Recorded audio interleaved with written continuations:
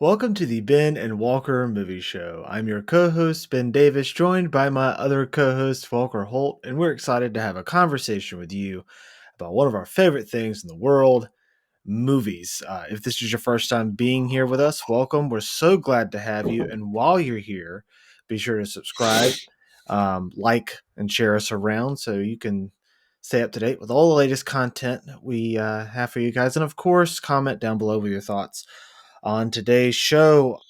Walker, what's going on, man? How you doing? Oh, things are good. Things are good. Pretty good weekend. Not as I'm looking forward to a weekend where I do absolutely nothing. That hasn't come yet, but this one's been pretty good. This one's been pretty good. I don't know how I did it. I've got a doctor's appointment in a couple weeks, and I tried to schedule a golf lesson. A lot of times, like the golf lesson guy only goes from like 9 to 4 every day, and it's Mhm. really tough when you work a 9 to 5 job. And so if like I have a doctor's appointment or an accountant appointment or something, I bought this like 6 pack of lessons that like I have like in the bank that I need to use up. So every time I have like a doctor's appointment, I'll just schedule like, oh well, I'll take a half day and I'll hit that in the afternoon. And somehow I just blindly I scheduled it for yesterday, Saturday. I have no idea how I did it, when I did it, why I did it.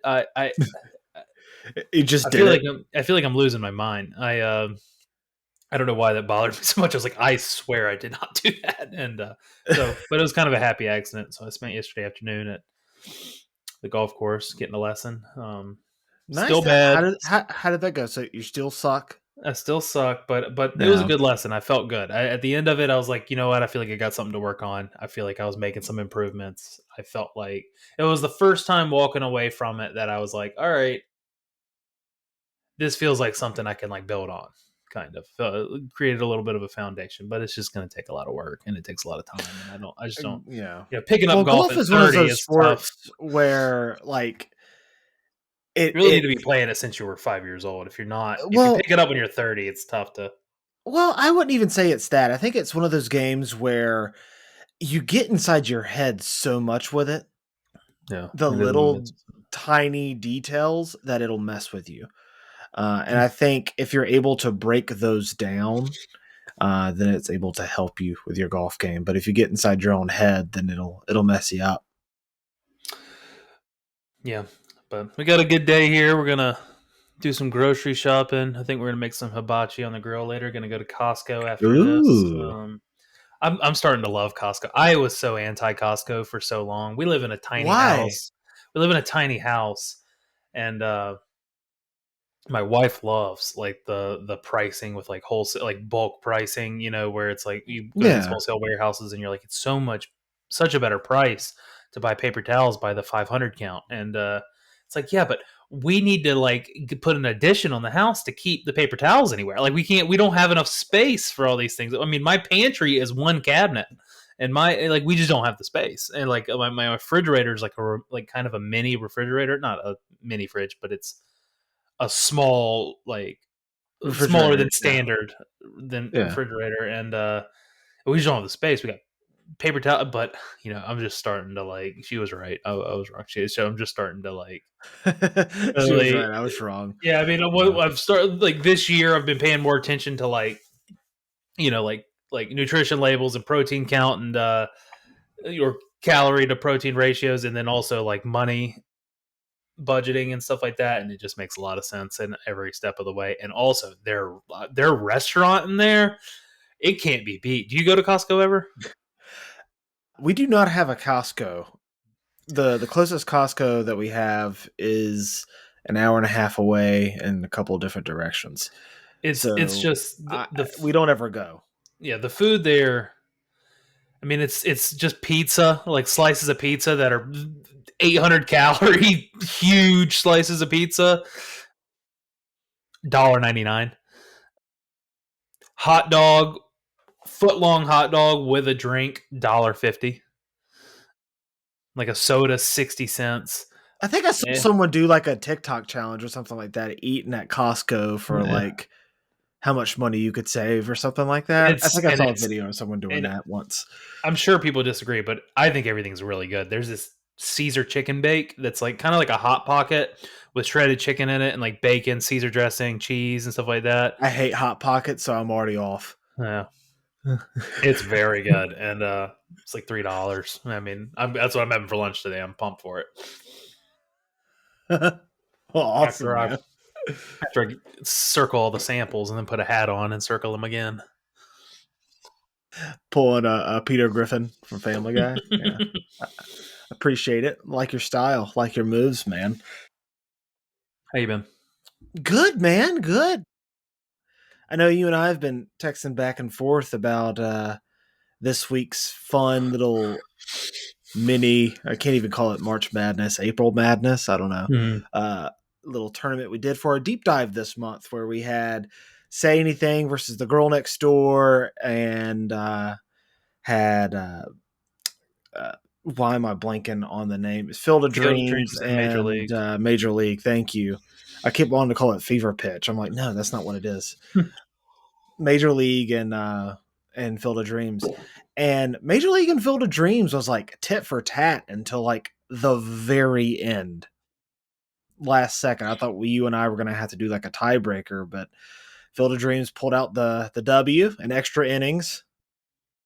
And then I thought Girl Next Door would win, like I predicted last week in its first round, but it was like it destroyed Say Anything. I didn't think it would because that's people love that movie, and including myself. That's my favorite, Classic. like of the yeah, it's my favorite '80s film that deals in the genre of like teen romance.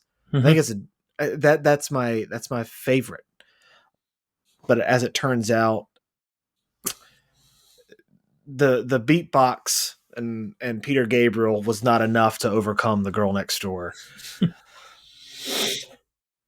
And then the finals was honestly, I thought the Girl Next Door, as I predicted, was gonna lose, but I thought it was gonna get destroyed. It didn't.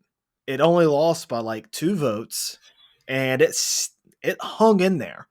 Whenever there was like a run on Field of Dreams, all of a sudden there was a run on Girl Next Door, and it hung right in there. And I was really, really surprised that it did as well as it did. So we will be covering Field of Dreams at the end of this month. I'm pretty pumped to cover it. I know you are too. You and I were Yeah, texting back and forth. I haven't seen it in a long time, and I've it's been on my like God, I got to rewatch that for a while list. Yeah, yeah, yeah.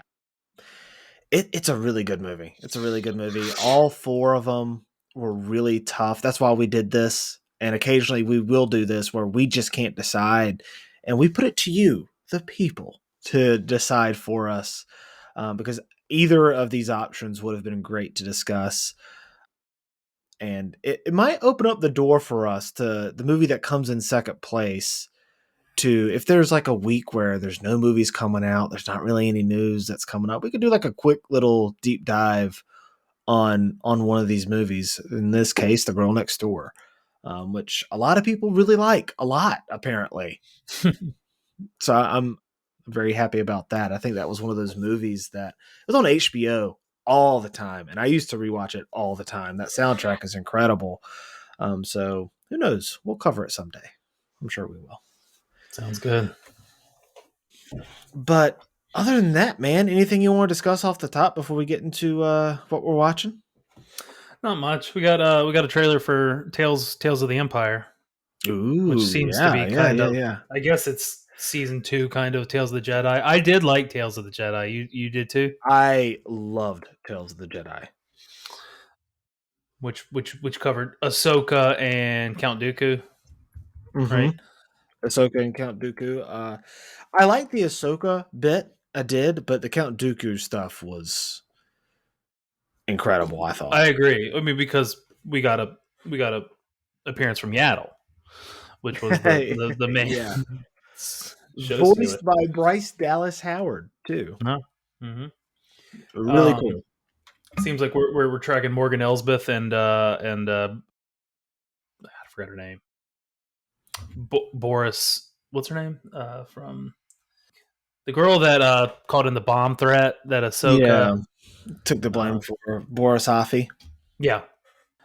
So That'll be interesting. Hopefully they're good. I was trying to look into Morgan Elsbeth to see if there was like much lore behind her already. Like I couldn't remember if she was like in part of like Jedi Fallen Order video game because they do a lot of Night Sister stuff or Clone Wars. But it seems like she was just introduced in that Ahsoka episode of The Mandalorian, and then had obviously the whole season of Ahsoka and maybe some comics and stuff. But that seems on Wikipedia.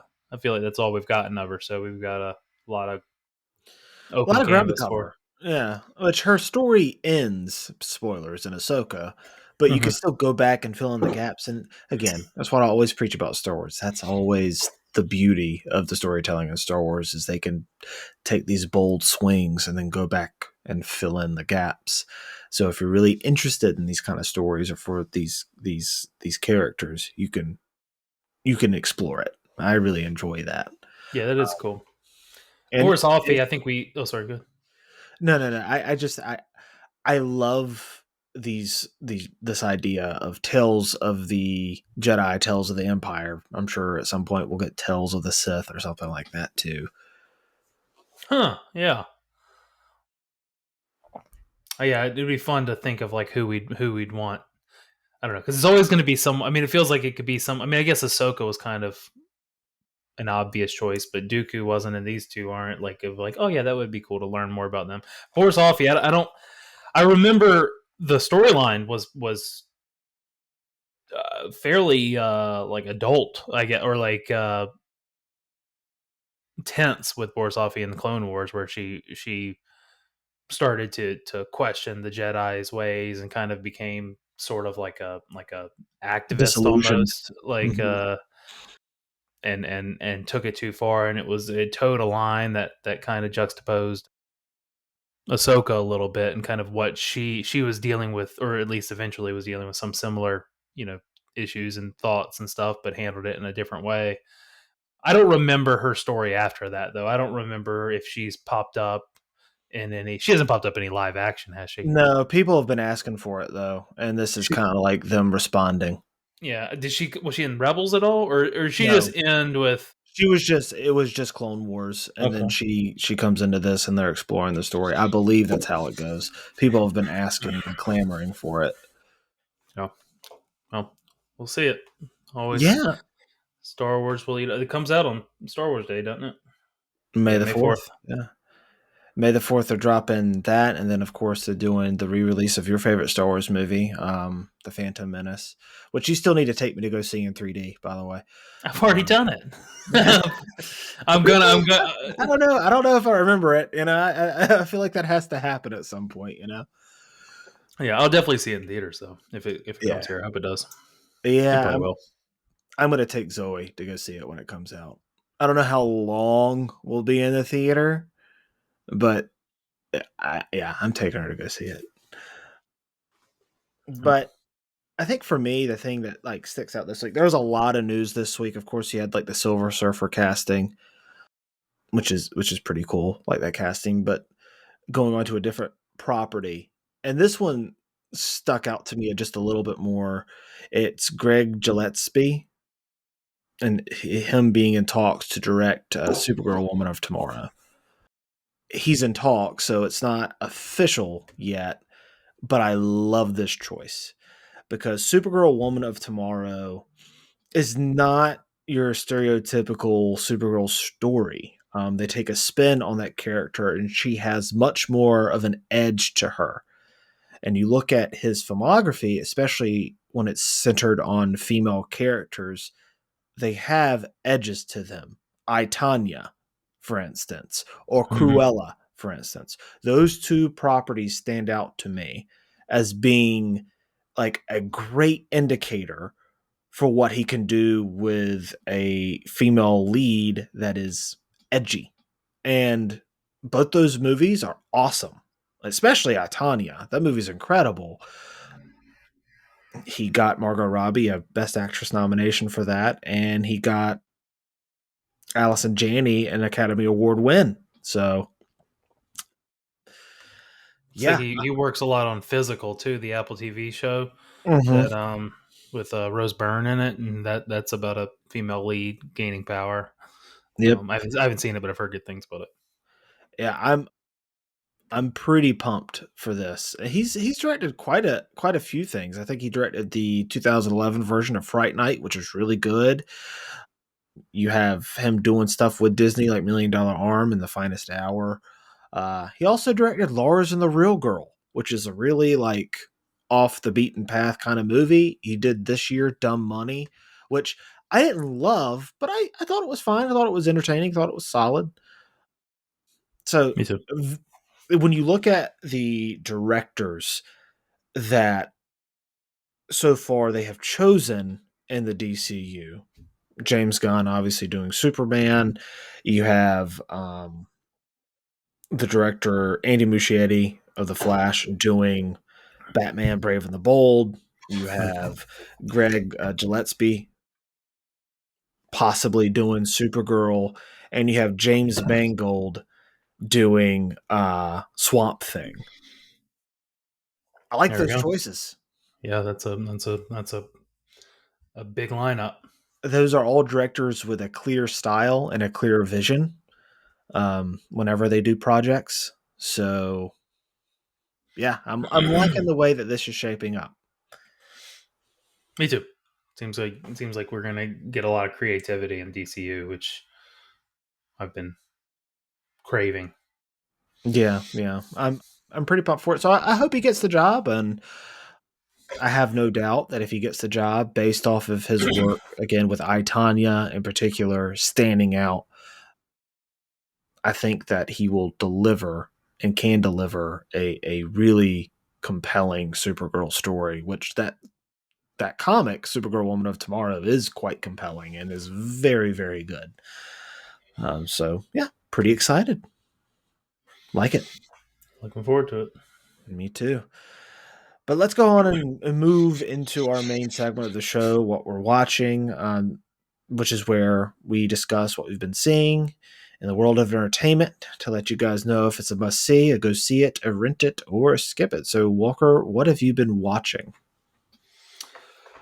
Well, after our discussion last week, I think it was last week or 2 weeks ago, something that I watched the original 1989 Roadhouse and the new Roadhouse back to back, like we discussed. Ah, yeah, yeah, Uh, yeah. I said that would be an interesting test. All right. So, what'd you think? well, the original, the '89 Patrick Swayze version. I mean, it's just like a classic '80s cheese movie. I mean, it.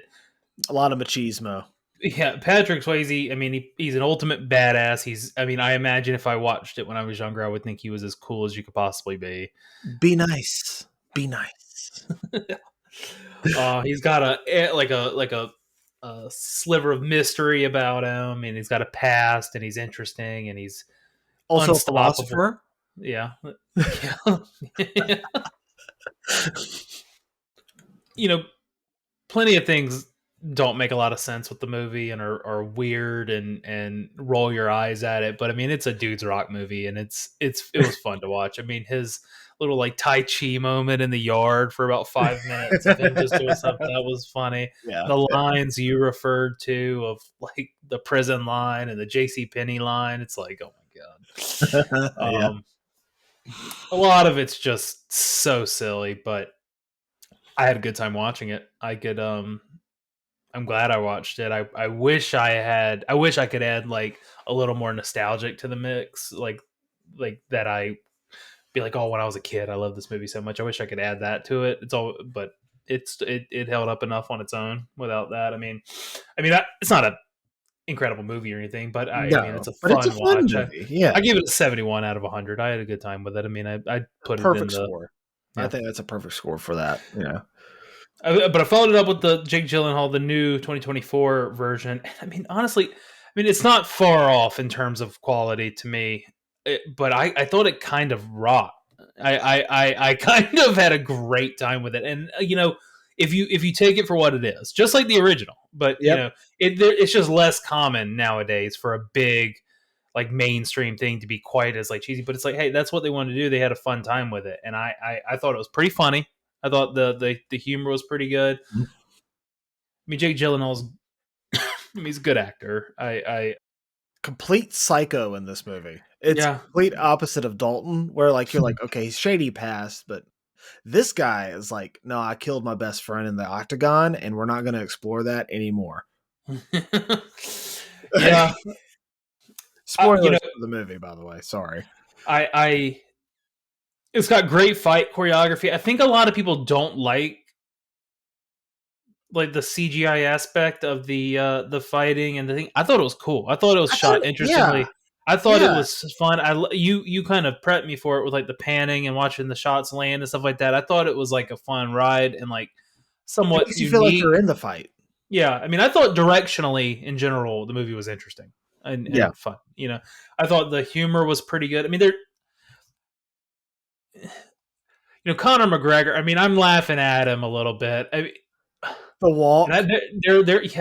they're leaning into it, which is kind of funny. He's so bad though to me. I mean, he's so dumb. Like it. That's the point, I dude. I know, I love know, it. I I know, love but it.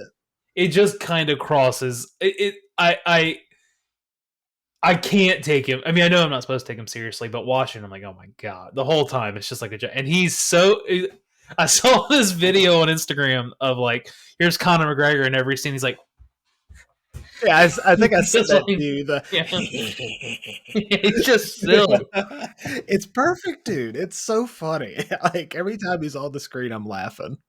I agree with you. I think you said this when you gave your thoughts on it. Too many characters. It's overcrowded. It's way too many characters. It's like, okay, that's the bad guy. No, that's just the first bad guy. Okay, that's the Mhm. big bad guy. No, this is the big. Oh no, the dad's the big. Wait, the cop. Like it's like, okay, there's 9 bad guys.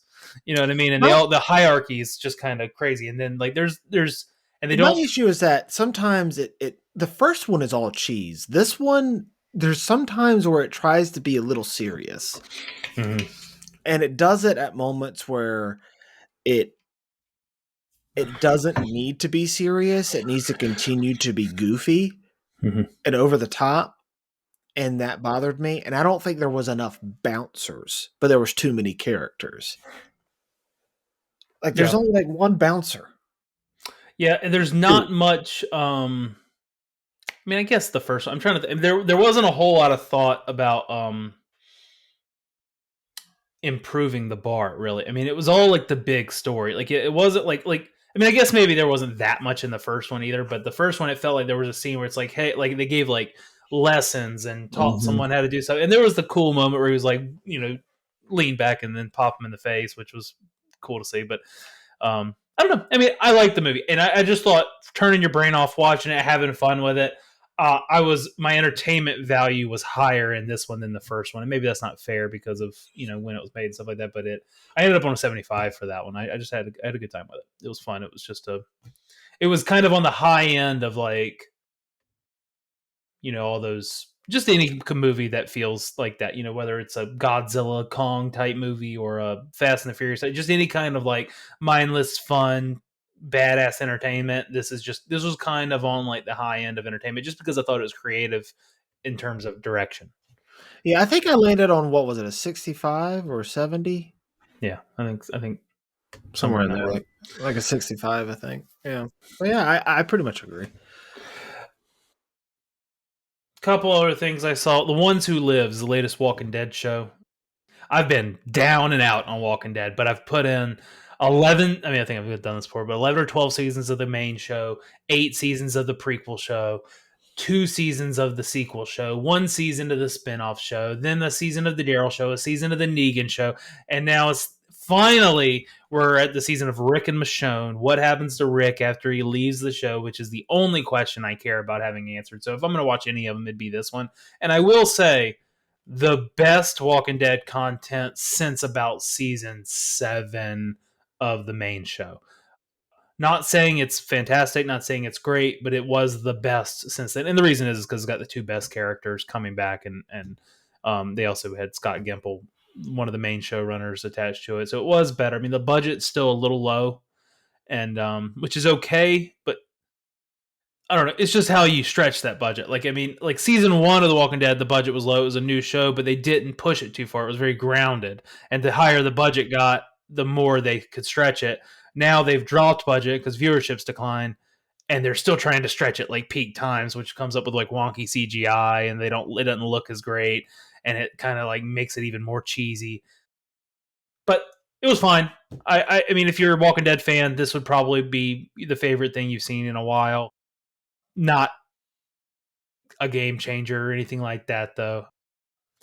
Uh, Worthwhile, better than anything else they're putting out. I'll give you I'm that. still shocked that they have been able to drag out this show as Yeah, long as they have. I mean, they I have know. just like sucked the teat dry. You know, I like know. I really agree. I it. really agree. And I wish they And had gotten onto it. I wish they had I'm like not stretched someone. out.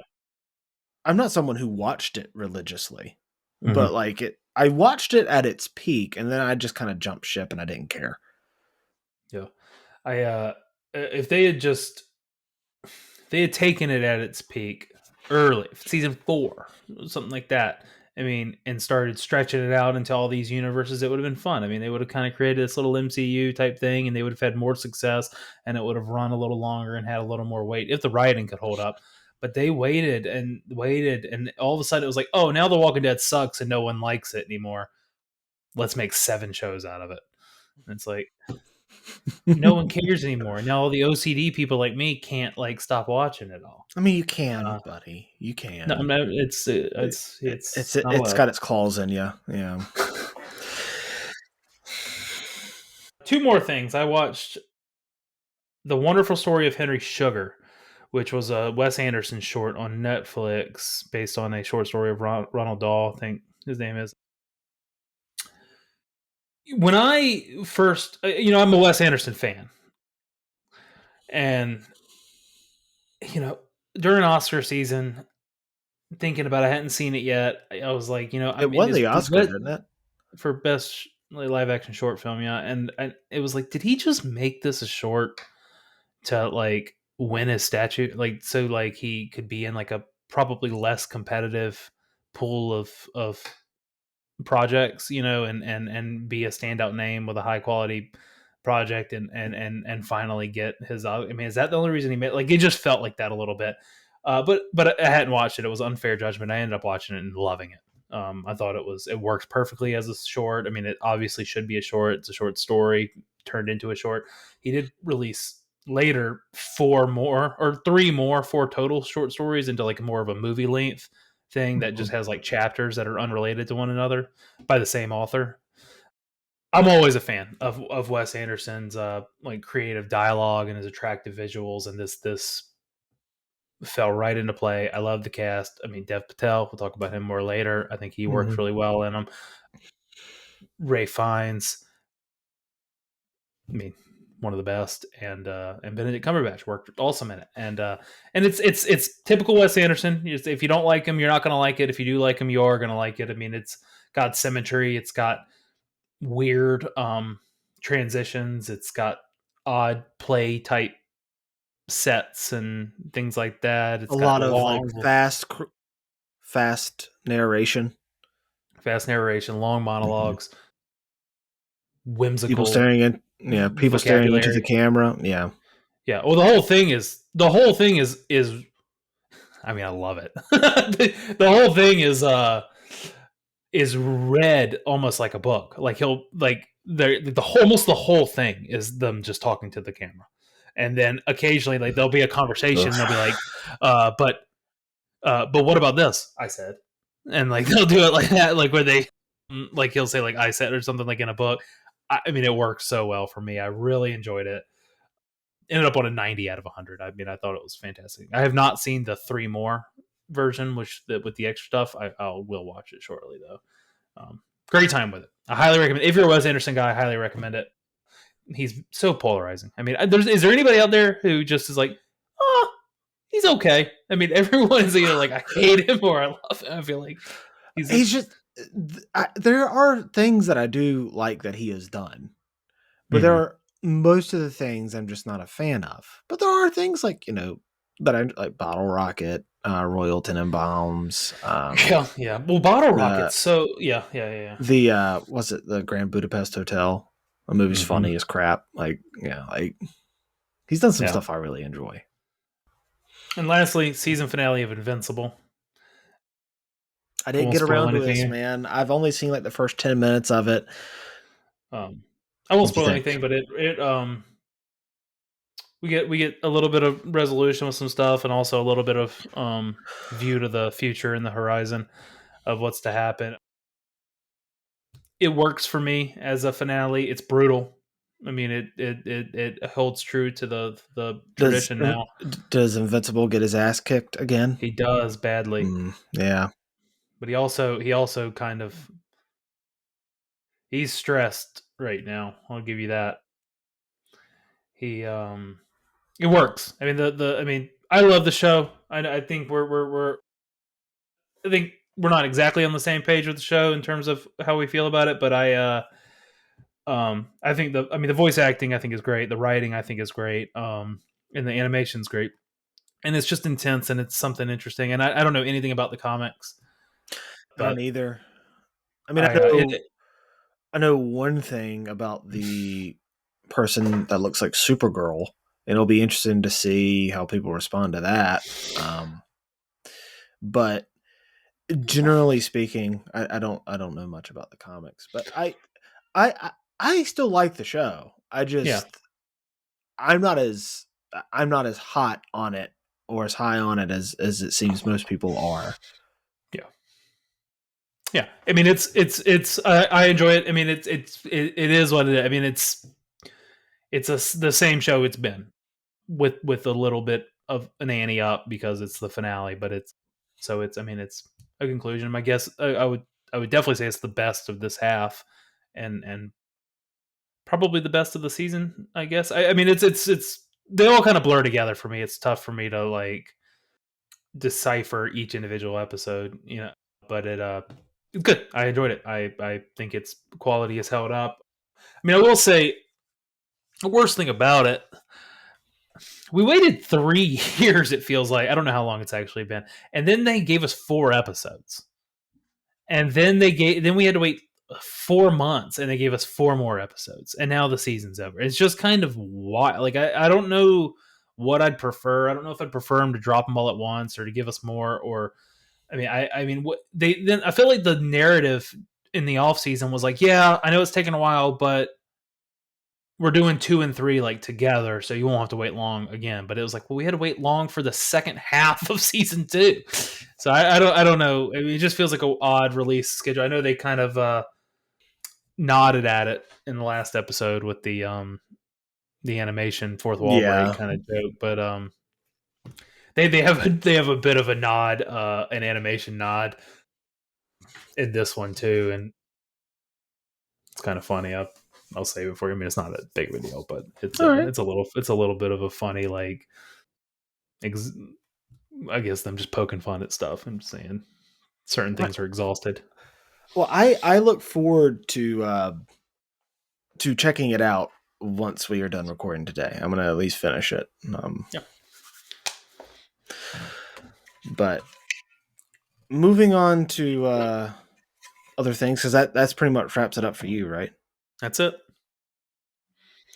So I've only watched outside of the things we watched together two things. I watched X-Men 97 episode 4. This one was really interesting. It was like two short episodes combined into one. I the first episode was pretty good, or the first half was pretty good.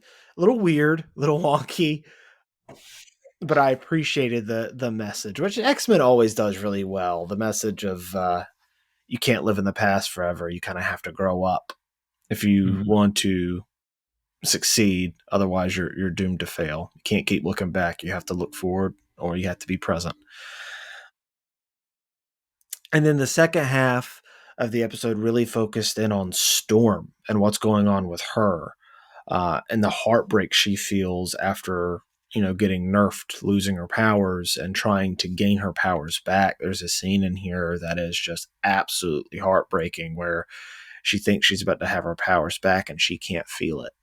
And it's you shouldn't get so, like, it's weird to say this about like a 30-minute animated show more geared towards children, but it's like this it's very emotional, you know. I think the writing in this show is top tier. I think it's excellent. Really enjoyed it. Part one. I don't think next week we are going to follow the exact same story. I think next week is going to follow Cyclops and gang, and then we'll, I think, the next week go back. There's just so many characters in X Men that it allows them, kind of like Game of Thrones, to focus on one group and focus on another group, and it doesn't ever really feel scattered. It all feels, Cohesive. yeah, cohesive, and like one cohesive plot, like it's building toward something greater. I'm really really loving X Men '97. I do recommend you check it out, Walker. I know you said that you probably won't, but Well, I mean, I'll probably at least get an episode in, see if it hooks me in, at least to kind of have like a visual. I just don't think I watched it when I was a kid. I mean, maybe I did. I just don't have much of a frame of reference, and but I'll probably check it out and at least get the tone and the feeling and stuff, so I can have a better visual when you're describing stuff. And maybe I'll like it. I mean, I do love X Men. I mean, I think yeah, X Men. I don't have like a long history with them, but like besides the movies, I just find like what you've said, like just the potential for storytelling and character deep dives and the interesting character. I just think they have the best characters, and they're all in terms of like their powers or their mutant abilities and or their emotions and like conflicts and things like that. I think it all works really well. I love a lot of the villains. I think like Magneto's awesome, and also I mean we've he's lucked probably out with a Marvel's best villain because yeah we've he's got a lot of that. Like he's a bad guy, but like he has a point though. Like yeah like he we've lucked out with a lot of good performances too between Ian McKellen and the Fast Man and Professor J- X and Wolverine also great. You know, I mean, we've James just lucked out with a McAvoy, lot of Patrick Stewart, Hugh Jackman. Yeah, it's just we've just lucked out with a lot of good performances to work Ryan on a lot of Reynolds good as characters. Deadpool. Yeah, I'm That's a excited for great that. one. Oh God, I'm so pumped for that. I'm so pumped. It's what's so funny now though is I have a Deadpool sweatshirt and it's very comfortable. So when I'm just around the house, I'll constantly just wear it. It's so soft and comfortable. And Mhm. Zoe now knows that that's Deadpool, and so she's asking, "I want to watch Deadpool. Can I watch Deadpool?" And I'm like, "No, not yet." And then Carly was just like, "I blame you." That's funny. Yeah, That's yeah, funny. it's really funny. Yeah, but I'm pumped for that. I'm loving this show. I'm digging what they're doing so far. Hopefully, the MCU can capitalize on the storytelling potential that these characters have. But speaking of things that both of us watched growing up, wrestling. Now, this isn't movie related, but I have to talk about it because it features the biggest movie star in the world, The Rock. Mhm. So, for people who've been following wrestling, it's been all over social media and all that stuff. Media's been covering it pretty strongly. He is on the board of TKO, which is the company that owns WWE. He was originally scheduled to face Roman Reigns at WrestleMania, which would have been a pivot from what they were doing, which is Cody Rhodes versus Roman Reigns for the title. And people wanted to see The Rock versus Roman Reigns, but they didn't want to see it in this capacity. So there was a big outcry. They had to make a pivot. And boy, did they pivot masterfully. And The Rock is doing like rock stuff that I haven't seen The Rock do since his 2003 run where he was Hollywood Rock, but this is even better. Like he is like he's taken on the moniker the final boss and he is cursing, he is swearing, he's a heel, like he is like no one is better than The Rock as a heel. He's just the greatest, like so funny, so charismatic, but he's has an edge to him now where it's different from Hollywood Rock, which was more sniveling. Here it's like, no, he's a bad guy, but like he's like a forceful bad guy. Like he's one with a backbone. And he's so good. And they had their tag match last night where it was the Bloodline, which is Roman Reigns and The Rock and that family, versus uh, Cody Rhodes and Seth Rollins. And it was night Mhm. one. And the winner, it gets to choose the stipulation of the main event for night two, which is Roman Reigns versus Cody Rhodes for the WWE Undisputed Championship. And if I think it was The Rock and Roman Reigns wins, it's Bloodline rules, which means that it's like anything goes, and they will stop at nothing to help Roman retain his title that he's been holding for 4 years almost. It's the longest reign since Hulk Hogan. It's kind of incredible, especially because that character, Roman Reigns, has always been an incredible wrestler. But when they were initially pushing him, they were trying to make him be the next John Cena, and that's just not who he is. And they have now, the past 3 years, made him this character, and his own personality has shown through, and he is just great. He is wonderful, and what he's done is incredible. But also, what Cody Rhodes has done has been incredible. Talk about going from Stardust, leaving the company, then coming back and becoming, this ultra baby face, which is wrestling terms for a good guy, in a time where it is really hard to get over with the crowd as like a good guy. He's like John Cena, but not getting booed with "Let's go Cena, Cena sucks" chants. It's like, no, everyone loves Cody Rhodes. And he's so wonderful. He's great in the ring, great storyteller too. And that's the whole thing, is let's finish the story, because he lost at last year's WrestleMania. I know I'm rambling a little bit, but it's all to give you guys a perspective of the tag match last night, which was insane. The Rock is still jacked. Like, obviously he's still jacked, but he's like bigger now than he ever has been, but also lean. It just looks like a freaking monster out there. And he could still go, man. At 51 years old, he can still freaking go. And he's awesome. And the match last night tore the house down. It was the match of the night. Well, besides Rhea Ripley and Becky Lynch, I thought that match was incredible. The women's wrestling is insanely good. Rhea Ripley is probably the best, if not the best wrestler right now. It's certainly the best women's wrestler, which there are a lot of incredible women's wrestlers, but that just goes to show you how good Rhea Ripley is.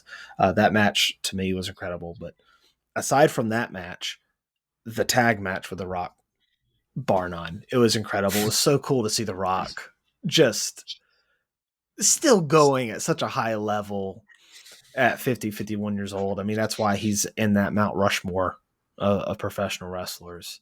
I feel a certain type of way about this person, but Hulk Hogan has to be on there, despite my issues I have. Of course, you have John Cena's on there, Stone Cold, and The Rock. Those are like, when you say WWE professional wrestling, those are like the four names that come to mind. Probably Ric Flair too. Like, those are the names that come to mind when you think of professional wrestling. And so cool to see. I'm looking forward to seeing night two tonight when we're recording this on Sunday.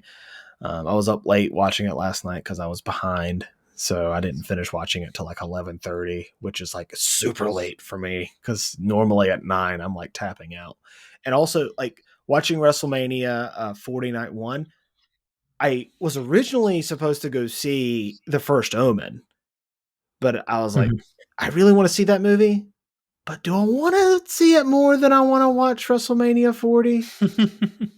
No, I don't. I'll catch it this week. I had to watch WrestleMania, but yeah, how I long? loved it. How long has it been 2 nights? That's not always been that way, has it? No, it started in the pandemic when they Mhm. did that, because they had to have content, so they did WrestleMania two nights back to back. And honestly, it has really helped that WrestleMania card, because there was a while there where I think post WrestleMania 31, like the show was just going for forever. Like it was like 5 hours, 6 hours, and it's like Oh that wow. is so much wrestling. Uh, that is so much wrestling. They need to. It's a blessing in disguise, and I think it has created an even bigger show because now, guess what? You can sell out the crowd 2 nights in a row versus one, Yeah, that's good. and you can have That's two main events, and you can have more people on the card, which allows more talent to have more time to showcase their abilities and their storytelling. I does love it. does buying the pay per view get you both nights? So now they don't even have. It's not even called pay per views anymore. They're called premium live events, Mm-hmm. and they stream on Peacock. Oh, so it's free If or you have with it? Peacock, Yeah. Oh, okay. yeah. Got it. Got If it. you Got have it. if you have I've Peacock, been it's out of the free. game for a while. Yeah. If you have Peacock, it's free. Which Raw? I don't know what they're going to do when Monday Night Raw goes to Netflix, and I it'll be didn't know live that. on. Yeah, that's a big deal. It's leaving USA and it'll be on Netflix Wait, live. USA? It's not on TNN or Spike TV? Oh God, you've been out of the game for a long time. Yeah. Yeah, no. It was on USA back in the day, and then it went to TNN or Spike TV or whatever, and then it left there, and in 2005 went back to USA, and it has been on USA since 2005. Gotcha. And I Does didn't even. NBC own USA? I don't Probably, right? think so. I'm not sure. I'm not sure. All right. I don't know how that works, but I do know that it'll be on Netflix in Oh, Netflix. Sorry. Yeah. Okay. in in a couple, like I think like a year or something like that. They're going to do Monday Night Raw live, so I think that's pretty crazy that they're getting into it. Which wrestling is like a very, especially right now, very lucrative. Hmm. Like even right now, like I've always been a wrestling fan since like Andrew Horton, my one of my childhood best friends, got me into wrestling because of The Rock. Wrestling, I've been a wrestling fan, but I remember I stopped watching in like 2003 because Goldberg beat The Rock, and it really upset me. And and I stopped watching for several years, and I didn't get back into it until like summer of '06. And ever since then, I've been either a really hardcore fan, so much so that I like went to WrestleMania 24 at the Citrus Bowl in Orlando. Oh, really? And I got to see Floyd Mayweather take on the Big Show, Undertaker versus Edge in the main event, Ric Flair's last match with Shawn Wow. Michaels. Well, his last match in WWE. Wow. Really, really cool card. The my someone Jessica works with went to Royal Rumble this year. I think it was in Tampa. Uh, Um, I think so. Yeah, at yeah, we had a the good time. was it the baseball field in I Tampa or something like that? no I don't idea, know. but I remember I watched the Royal Rumble was a great event.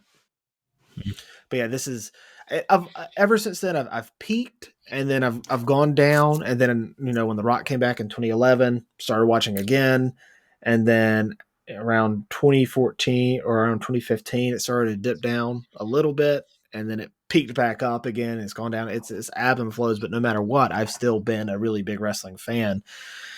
And yeah, they are in a time right now creatively where I don't think it's been better. It's so good. It's so good right now. So much talent, and the talent is being used properly. The titles are being elevated. No title feels like just a strap to put on somebody. It actually means something and feels something. It's great. It's great product. And I know this is a movie podcast. We talk about movies and TV occasionally, but this involved The Rock. So I had to bring it up because dude still got it, man. He still got it. sounds like it. Sounds like a showman. Oh, yeah. Let's get on some things that we've both watched, though. Bad Batch, you keeping up with it? Did you watch episodes 10 and 11? I did. I did. It They were pretty good, pretty interesting. I um, kind of picked up the pace a little bit here. It was interesting. I think it was episode 10 that the Bad Batch was not in. Is Yeah. that correct? We got our. I forget the undercut guy's name. The villain. Hmm. Hemlock. Hemlock. Yep. Yeah. He came back. We find out that Omega. We You find were out at gonna least why he's were you about interested to in call him. her Amiga? Yeah. We find out that it's not we don't I guess they it's still up for debate on whether or not she has any sensitivities to the force, but the main reason that they're interested in it is that her blood is like will bind with something to help duplicate the It'll bind midichlorian with the blood. metachlorians and help retain that force ability. Yeah. Yeah. So it's interesting to see where we're going to go from here. It's not we're close. We only have like 5 more episodes or so. Yeah, I think 5. I think it's 16 episodes. I think it might be 4. Oh, Is it? I don't know. What is the count? Would it end on 16 or would it go to 15? I think the last 2 seasons have been 16. It ends on May 1st. I know that, Okay, so but there could be some double episodes. I mean, that would mean we've got 1, 2, 3, 4 more Wednesdays, but there might be. I don't know. What do you think of it? so we're getting down to like the nitty gritty here. Totally, this felt like the first 2 episodes with this overwhelming feeling of dread and hopelessness. Especially the ending where you think Crosshairs is going to be able to overcome his like shaking, and he doesn't and Mm-hmm. misses a shot because you think Yep. he's going to make that shot. Like I thought he was going to make the shot, and he doesn't. And it's really shaking up to be a great final season if they can stick the landing. Like I've enjoyed this season as a whole, but what I've loved the most about this season is that the story has never stopped. They're doing character work while they're also telling the story. This to me has been the strongest season of the Bad Batch. I have loved it quite a bit, and I'm interested to see how they wrap it up. Because I mean, it's Star Wars. It's got to end with some hopeful, but you never know. Yep. Um, you're right. There's 15 episodes this season. Seasons 1 and 2 had 16 episodes. This one's got 15. One per week for the next 4 weeks, and it's done. I'm kind of sad. I don't want it to end because I love Star Wars Hmm. animation. But I mean, they'll. I'm sure they'll You- continue. 3 days later, you got Tales of the Empire. That's true. That is true. That gives me that'll scratch my itch for sure. We'll see where it goes. Omega's in a tight spot right now. And a very tight spot, especially because she thinks that there's a tracker on there. There isn't. So it'll be interesting to see what they do with it. Um, but the other thing you and I both watched, Monkey Man. Yep. What do you think about that? I mean, I liked it a lot. I think it turns out Dev Patel's very talented on both sides of the camera. I thought it was great fight choreography throughout. It was obviously inspired, but it was not. It didn't feel like what's the word? It's not derivative. Derivative. It didn't feel derivative. It felt like its own thing, but inspired. It infused a lot of culture into it, which was all very interesting. It created a world of lore that was kind of its own and interesting. Um, it didn't try to be. I never felt like it tried to be too much, but it still gave us like a big action movie and still gave us like big heart and like motivation behind it, and gave us a story, implemented the story, made it a lot of fun. Tense too, very very brutal. It's there's a lot of like wincing. that was happening in Yeah. my theater when I watched this Yeah. movie. Mhm. So I was really pumped going into this movie. You know, you and I we talked about the trailer when it came out, and it like knocked us both on our asses. You know, it felt like a hard hitting down and dirty like action flick. Like this Mhm. trailer and the Roadhouse trailer, I think came out in a similar time, and we were both like, "Whoa, this looks awesome!" You know, like both these movies look like really cool action flicks. Not to mention, you know, you talked about Dev Patel as someone I'm a big fan of, and from all the interviews, you know, you could tell he really poured his heart, his soul, his blood, sweat, and tears into making this film. You know, from directing it to acting in it to writing it. You know, he poured everything he Mhm. had into it. You know, even working through injuries, having the screw put in his hand and stuff like that. It's also a really cool story too about Jordan Peele picking this up with Monkey Paw Mhm. Productions and having Universal distribute it because this was originally going to be a Netflix movie. And he thought it deserved a big screen, and I think it did. It's very cool. I like that story too. Yeah, here's what I'll say though. Like, while I don't think this movie is as good as I wanted it to be, it's still a pretty damn good action flick. The first thing first, you know, Dev Patel is wonderful in this, not only from an emotional aspect of everything he has to do, like the pain and the hate, but also the hope that he has in his heart. Mhm. You know, but also from the physical aspect. The dude completely sold all the action in this movie, and he really transformed himself. Like, never seen Dev Patel take on a role like this, and he crushed it. You Mhm. know, not only that, but he's very good behind the camera as well, especially while directing some of these action sequences. What I'll say here, where my issue lie, is with the pacing, the editing of this film. It feels very choppy. It doesn't flow as well as I wanted it to. Like it goes back and forth when he was a young boy to when he's an adult, and it feels choppy. The nonlinear storytelling is really good. It's always you know, Chris Nolan has done this several times. You know, Man of Steel, one of my favorite movies ever. Not just superhero films, but just in general. Um, does nonlinear storytelling, and it is done incredibly well. Here, it can kind of feel a bit choppy, I Mhm. think.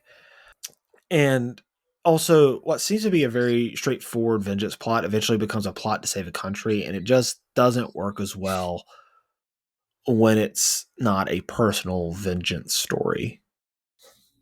But that said, I still very much enjoyed the movie. I'd give this like a go see it, like a 70%. Mhm. Still really much enjoyed it though. Yeah, I think you make a lot of good points. I don't disagree with much of it at all. I mean, I found a lot of the editing. What I'll say with it, I mean, first of all, I thought it lended a little bit to the chaos of it, and you know, you can end up in a born shaky cam type of situation sometimes. But it I some of the editing and storytelling had me a little confused for a bit. Like Yeah, I wasn't able to like keep up for a second. Eventually, it like ironed itself out though, and I felt comfortable and things. Honestly, it really would have benefited from subtitles too. I would be honest about it. Like I needed a little help with understanding like all the dialogue because it was just a loud, choppy, and you know, it was just a loud, heavy accents. It was hard to like quite keep up with a little bit of it. a lot of zooms. There's a lot of like zoom ins and up close shots, and Mhm. sometimes that could be a little disorienting. Yeah, I didn't really have those issues with the action sequences themselves, like the shaky cam of it all, because I thought it lended itself to the chaos. Like you yeah, can do great shaky cam, like the Bourne movies were like this, but you can also do like really bad shaky cam to where it's like, okay, we don't really know what we're doing for a lot of action, yeah, so we're gonna like do this a lot to give you the illusion of action. yeah. This didn't feel that way. No, I thought it. I thought it lended to it. I thought it Yeah, was helpful with the chaos. Also, I did read that like budget cuts and stuff. They ended up filming a lot of it on an iPhone and a GoPro, which is interesting. And there was like a couple shots that were like out of focus, and it felt like a choice. I assume like it just was just again to lend like they did a lot of like I mean I guess POV. Even if it wasn't point of view, it was they did a lot of point of view shots. But Yeah. even when it wasn't point of view, literally, they still kind of had like elements of it, like whether or not like his like your vision was blurred when his vision, you know what I mean? Like it kind of like lended to like just the I keep saying lended to the chaos of it, which I liked. It worked for me, but I felt like the pacing was okay. It did. There was a few moments that I like checked the time and that we drug a little bit, and that it felt like we spent a little too much time at certain parts of it. But It's one of those movies where it feels like it could have been longer and it would have been better, or it could have been shorter and it would have been better. But the yeah, time it is now, it feels like it just feels like there was some stuff that was chopped. It doesn't flow as well. In fact, I probably would have liked it to be a little bit more leaner and meaner.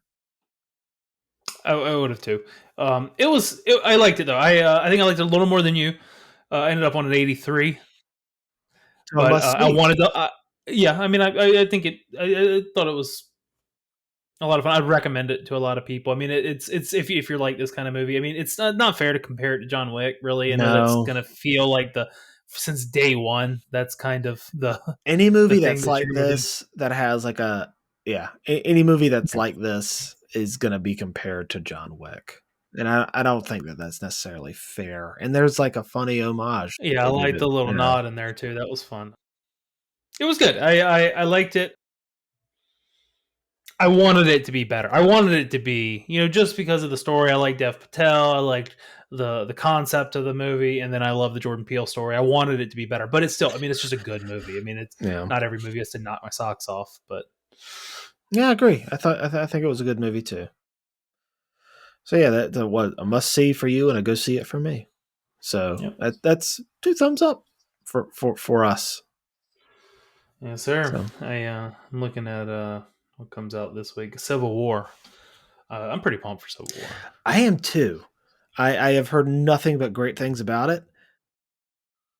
Jesse Plemons always gets me in the trailer with the sunglasses and just how he is an incredible actor where you just feel like he could be like the nicest guy in the world, but he could also turn on a dime and play like the craziest of crazy, uneasy person that you can imagine.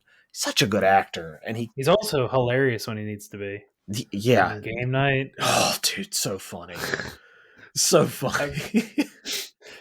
I mean, he's great. I mean, and I mean, I hope, I hope that the reviews have been good so far, right? Yeah, the reviews have been spectacular. That's good. I hope they're really leaning into that scene in the trailers. Every trailer they've done has pretty much just been that clip, basically with a Mhm. little thing scattered around it, and it's a good clip, and it makes me want to see it.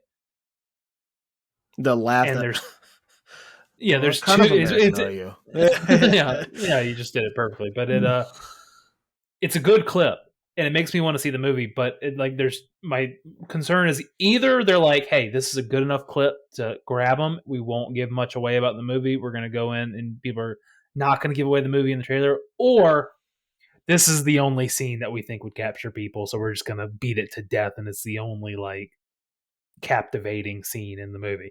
I'm hoping it's the former. I'm hoping it's the like, hey, we don't need to give away too much. This is the tone of the movie. If you like this, you'll like the rest of it. And I'm hoping that's the case. And I am excited for it. I've heard one or two people that I've talked to have said it looks cheesy. I don't agree. I think it looks. I'm sure the internet discourse afterwards is going to be crazy, but It'll be wonderful like any other type of internet discourse. I have pulled myself away from that nonsense. I try to stay away from internet discourse at all costs, you know, even um, though this show is on the internet. Um, I just try to pull myself away from it. but I guess that's about it. You got anything else for this week? No, man, I'm all tapped out. Well, that does it for us.